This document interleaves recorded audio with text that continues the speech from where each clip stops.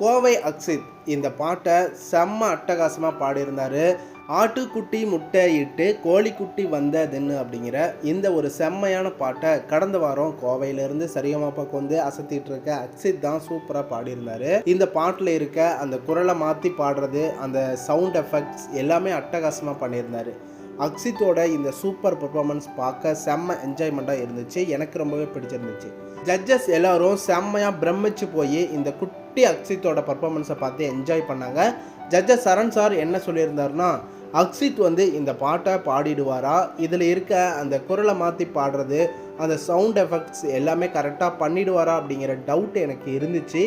ஆனால் அக்ஷித் வார்த்தைகளே இல்லை, நீ அந்த ஒரிஜினல் ட்ராக்கில் இருக்கிற மாதிரி அப்படியே பாடிட்ட, செம்ம டேலண்ட் அப்படின்னு சூப்பராக பாராட்டியிருந்தார்.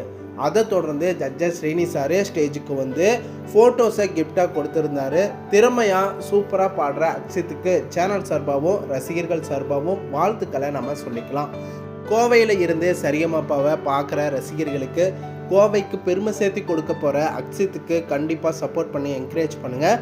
உங்களுக்கு யாரோட பர்ஃபார்மன்ஸ் ரொம்பவே பிடிக்கும் அப்படின்னு கமெண்ட் பண்ணுங்கள். அடுத்த வீடியோஸ்க்கு நம்ம சேனலை சப்ஸ்கிரைப் பண்ணி சப்போர்ட் பண்ணுங்கள். அண்ட் பெல் ஐக்கனை கிளிக் பண்ணிக்கோங்க.